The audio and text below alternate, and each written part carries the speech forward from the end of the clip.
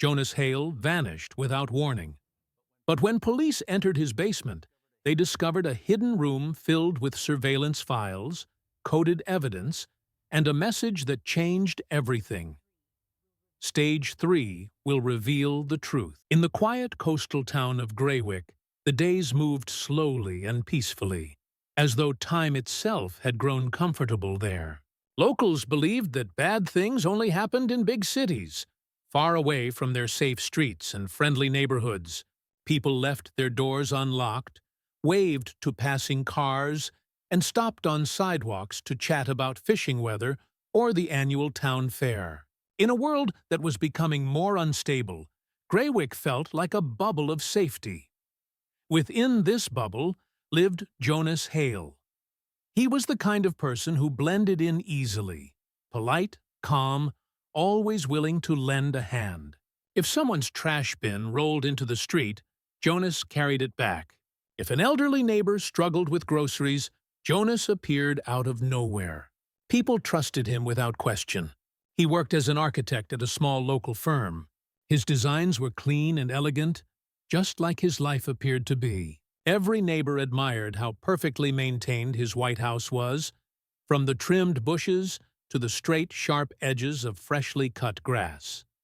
Jonas lived by routine. Every morning, the lights of his house flicked on at the exact same time. He watered his roses for 7 minutes. He locked his front door, slid into his car, and drove away at precisely 6:15 a.m. Each night, he returned at 9 p.m., carrying a paper bag from the grocery store as though he had just picked up dinner. For years, nobody questioned this pattern. They simply believed Jonas was responsible and hardworking. No one realized just how controlled and calculated his life truly was. What set Jonas apart was not his politeness, his consistency, or even his well-kept home. It was something much deeper, an ability to notice things others ignored. While people chatted about the weather, Jonas watched patterns. He counted how many cars passed through the neighborhood after midnight. He memorized which houses turned off their lights early and which stayed awake late. He knew the schedules of delivery drivers and could identify every dog walker by the rhythm of their steps. He observed life the way a scientist studies an experiment. One cold winter morning, Greywick's sense of peace cracked. Jonas did not show up for work. At first, it didn't seem serious. People assumed he overslept or took a rare morning off. By afternoon, concern spread. Jonas had never missed a day. By evening, his employer contacted the police. Officers knocked on his front door. No answer. They circled the house. Every blind was perfectly closed. The police obtained a warrant and entered the house the next day. Inside, the air felt heavy, too still, too clean. There were no personal photographs, no souvenirs, no signs of a life lived. Every surface looked wiped down. The kitchen drawers were empty. The fridge held only water bottles lined up like soldiers. Then they found the basement. On one wall, a huge cork board was filled with hundreds of small notes. Each one contained the daily routines of different town residents: where they worked, what time they woke up, how often they visited the grocery store. There were maps with red circles around certain homes.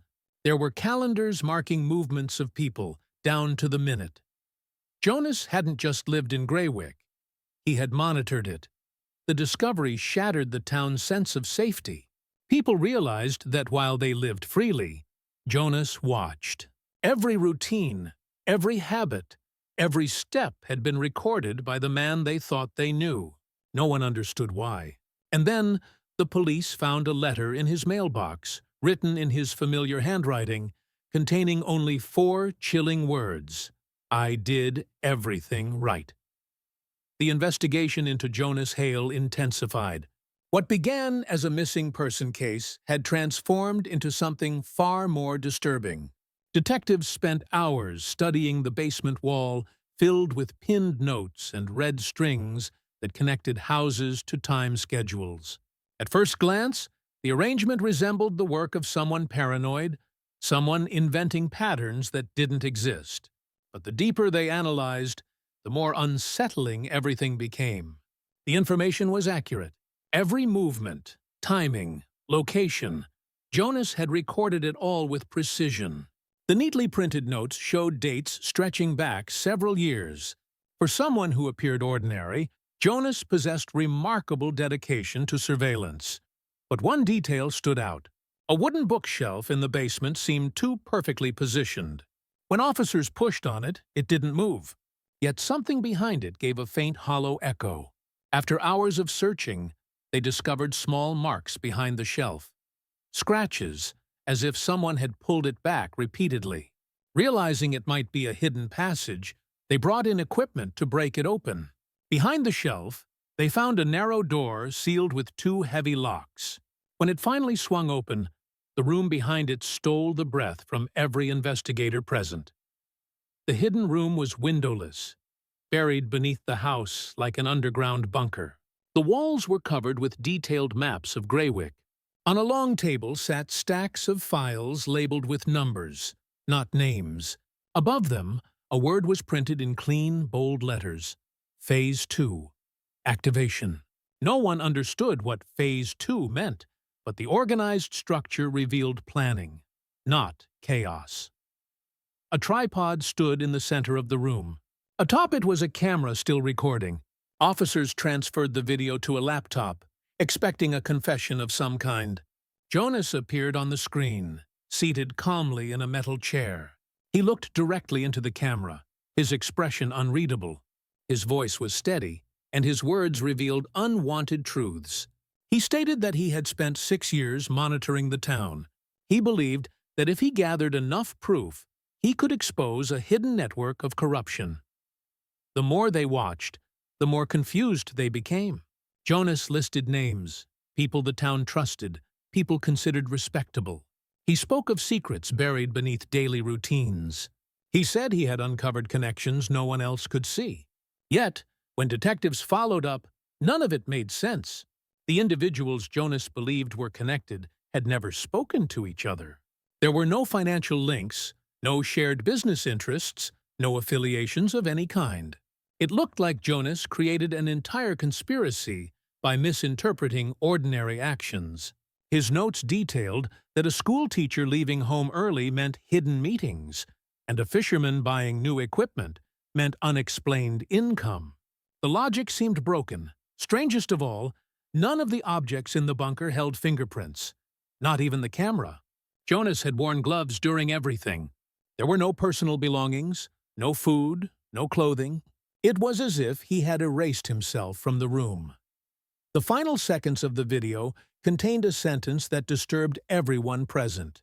Jonas leaned forward, almost whispering, stating that Stage 3 will reveal everything. Then the footage ended.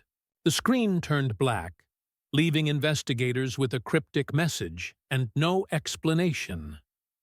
Jonas Hale had vanished without a trace. The hidden room offered information, but no answers. Everyone involved left that basement with the same uncomfortable thought. Jonas had a plan, and whatever came next would not be random. 3 months passed, and Greywick slowly tried to return to normal life. The police stopped searching Jonas's house daily. Reporters stopped crowding the sidewalks, and neighbors stopped whispering over fences. Yet the uneasiness never left.